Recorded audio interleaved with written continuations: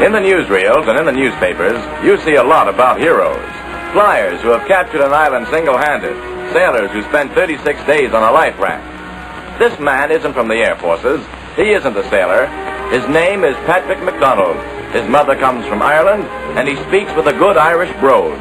He's a private in the infantry, and he's just been invalided home from Italy. Back home, when you heard about Italy, it was the kind of place lucky people would pick for a vacation. I always wanted to go to Italy myself.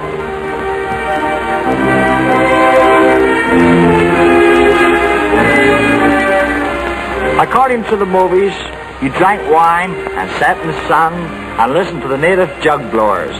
And the main industry was spaghetti making. The spaghetti was supposed to be the best in the world. Well, we got to Italy, and so what? It wasn't much. We fought so hard and looked so long for a place to sleep and rest our feet that we didn't see anything. Nobody who was with the infantry in Italy will ever get enough sleep again.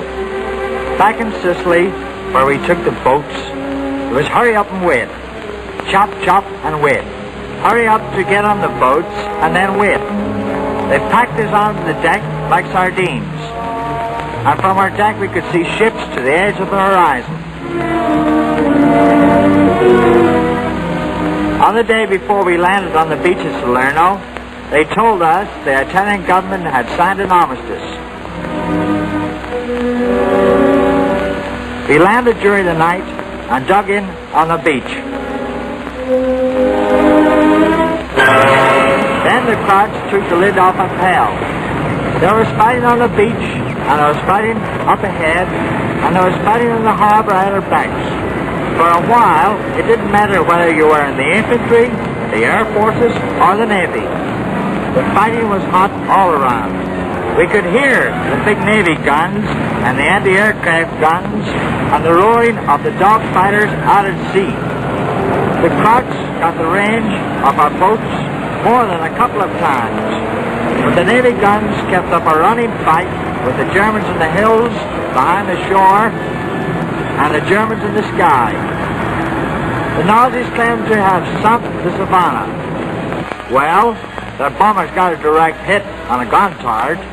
They knocked out a lot of men and set some fires, but 20 minutes after the hit, the damage was under control and the Savannah back in the fight again.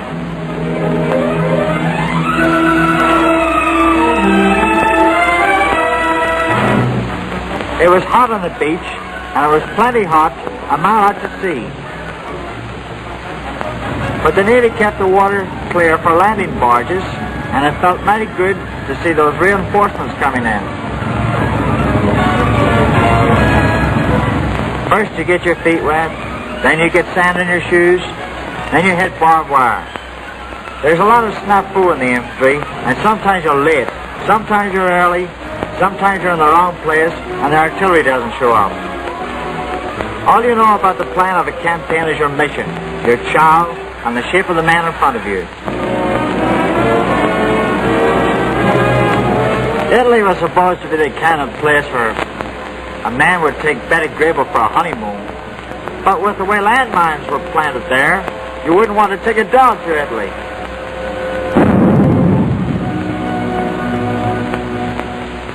Transportation was also different from the movies. When you got ready to sleep, there was always some fighting to do. It's a good thing the infantry training is tough. Infantry fighting is tougher, and the Nazis weren't firing any blanks, and the machine guns weren't in any frames.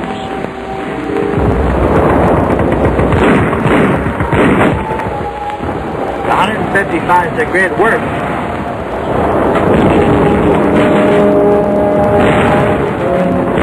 But the artillerymen didn't have to carry their guns. In the infantry, you carry your own weapons. Before I got into the army, I always wanted to do a lot of traveling in foreign countries. But I never counted on traveling on sore feet, with the gravel in my shoes, sandpaper in my blisters. I never counted on traveling with my mouth full of dust and a cold K racing sitting on my gut like lead.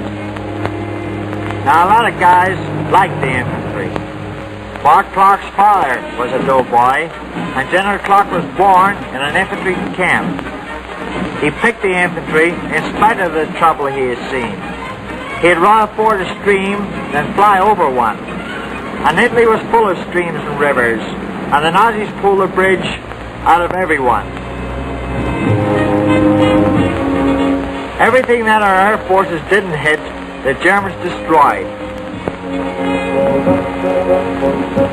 Delayed action mines and the rubbish made the work of clearing up communications tricky and dangerous.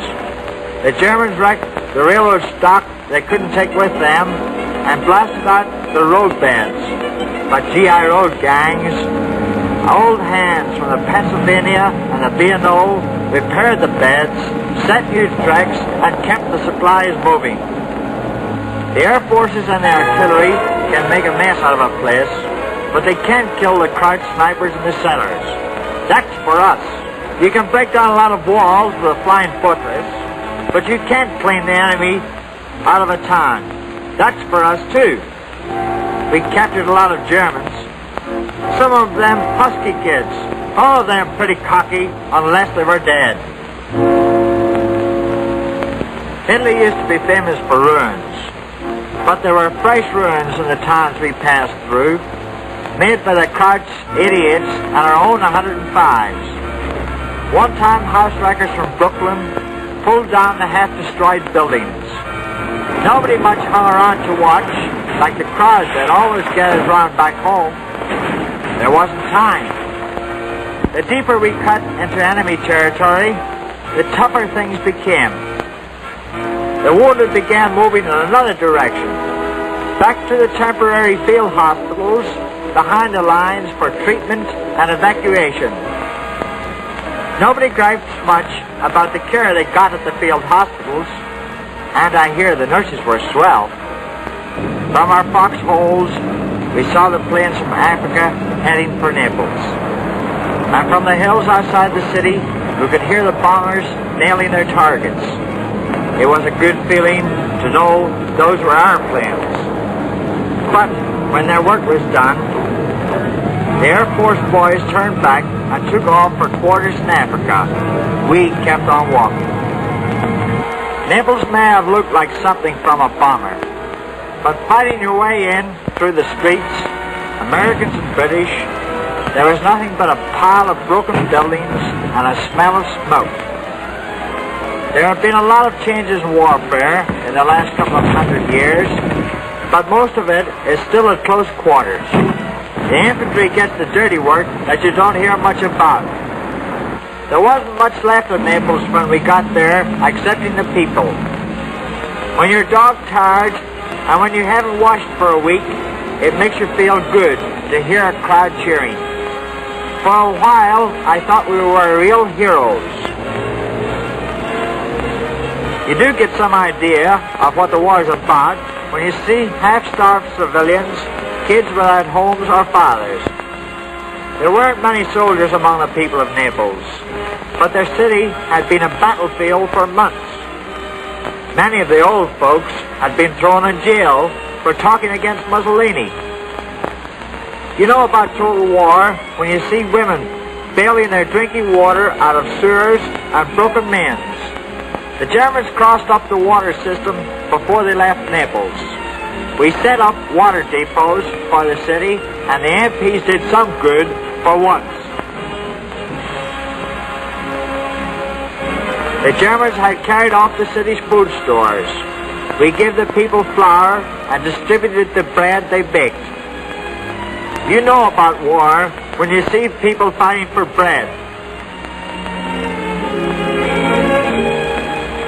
The Germans planted delayed action mines through the city.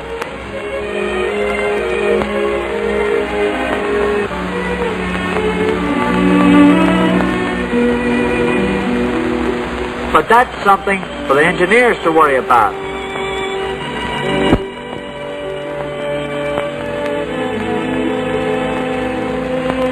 The infantryman can't stay long in any one place. We washed and shaved, climbed the hills outside of town, and hit the road again. The War Department has created a new badge for the infantrymen. And any doughboy you see wearing this rifle is a qualified infantryman. If he has the wreath too, he's been slugging it out in a combat area where it's kill or be killed.